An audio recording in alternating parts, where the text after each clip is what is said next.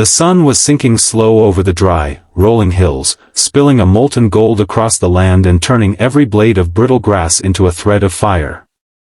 Eli McGraw stood on the porch of his ranch, one boot hooked on the bottom rail, the brim of his hat tipped low against the glare. The wood beneath his palm was worn smooth from years of leaning there, watching the day give way to the hush of evening. Life had been quiet for him, too quiet, some might say. His days were filled with the slow rhythm of cattle shifting in the pasture, the creak of saddle leather, the sigh of wind through the mesquite. It had been 3 long years since he'd drawn his Colt, 3 years since he'd left behind the bounty hunter's trail and traded the blood and dust for soil and sweat. The folks in the nearby town knew him as a man who came in once a month for coffee, flour, and tobacco, never lingering, never speaking more than he had to. That evening, though, something in the stillness shifted. From the ridge beyond the far pasture, he saw it, 3 riders, their silhouettes dark against the burning sky, raising a cloud of dust that caught the dying light like smoke from an untended fire. They didn't move like neighbors returning a borrowed tool, nor like drifters searching for water. Their pace was steady but coiled, the way a predator moves when it has already chosen its prey. Eli stayed there a long moment, eyes narrowed under the brim of his hat, until the riders dipped out of sight into the low country. The wind carried a faint smell of iron and sweat. He knew, without hearing a word, that whatever peace he'd built here was about to end. By the time the first light crept over the rooftops of town, the news had already spread. 3 hard-looking men had ridden in the night before and settled at the saloon like they owned the place. Folks said they were part of Clay Rourke's gang, a name most kept folded in whispers, as if speaking it too loud might draw him out of the shadows. They drank deep, laughed hard, and asked the wrong kind of questions, about the man on the South Ranch, about Eli McGraw. Eli heard it from a freighter passing his gate at dawn, the man's voice low, his eyes flicking toward the hills like he was afraid trouble might overhear. Eli didn't much care for going into town unless he had to, but he'd learned long ago that trouble ignored the rules of distance. By mid-morning, he saddled his bay mare, the leather creaking softly, and rode in slow. Main Street was near empty, doors stayed shut, curtains pulled, as if the whole town had taken a deep breath and decided not to let it out. Dust hung in the air, stirred only by the lazy wind and the steady clip of his horse's hooves. When Eli pushed open the saloon door, the sound cut through the stale air like a rifle crack.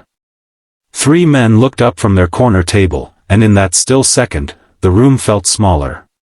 Rourke was the one in the middle, tall, wary, with a grin that didn't reach his eyes. "McGraw," he said, voice smooth as worn leather. "Didn't think I'd find you hidin' in a place like this." Eli stepped forward, his boots sounding heavy on the wood. "I'm not hiding," he said flat, meeting Rourke's stare. "But you should be riding." The gang's laughter was sharp, but underneath, it carried the sound of old debts waking.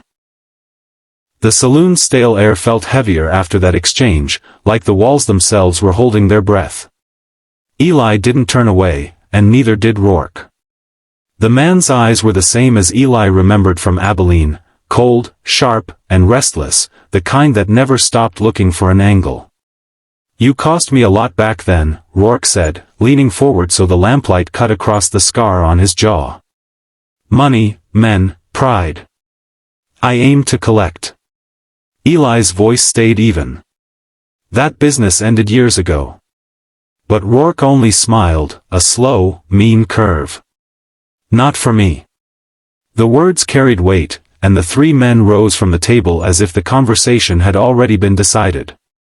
Eli stepped back through the saloon doors, the street waiting like an empty page. By sundown, the talk had spread to every porch and backroom. McGraw and Rourke's gang would settle things before the next sunrise.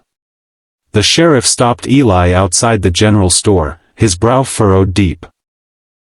"You don't have to do this," he said quietly.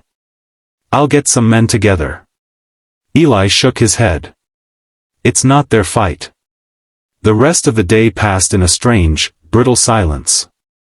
As the sun bled into the horizon, Eli walked down Main Street, boots whispering against the dust. His Colt hung loose at his side, the grip worn smooth by years of use. Across the street, Rourke and his men waited in a loose line, their shadows long against the amber light. Somewhere in the distance, a dog barked once, then stopped. The air was so still that Eli could hear the leather creak as Rourke's hand slid toward his holster. For a long moment, no one moved. Then the wind shifted, carrying with it the dry taste of gunpowder yet to come. The street was a canyon of silence, the last light of day bleeding out into the cold blue of evening. Somewhere far off, a shutter slammed in the wind, but here in the heart of town, time had narrowed to the space between one breath and the next. Rourke's eyes locked on Eli's, his fingers twitching above the worn handle of his revolver. The first shot cracked the stillness like glass shattering. Eli moved without thought, every step and pull of the trigger born from years of muscle memory he'd sworn to bury.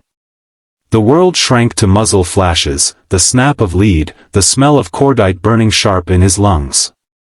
Dust leapt from the ground with each bullet's bite, and in the chaos, one of Rourke's men dropped hard, his pistol clattering on the dirt. Another spun back, clutching his side before disappearing into the shadows between buildings. When the smoke thinned, only Rourke remained, down on one knee, his revolver empty and his breath ragged. "You should have stayed gone, McGraw," he hissed, blood slicking his sleeve.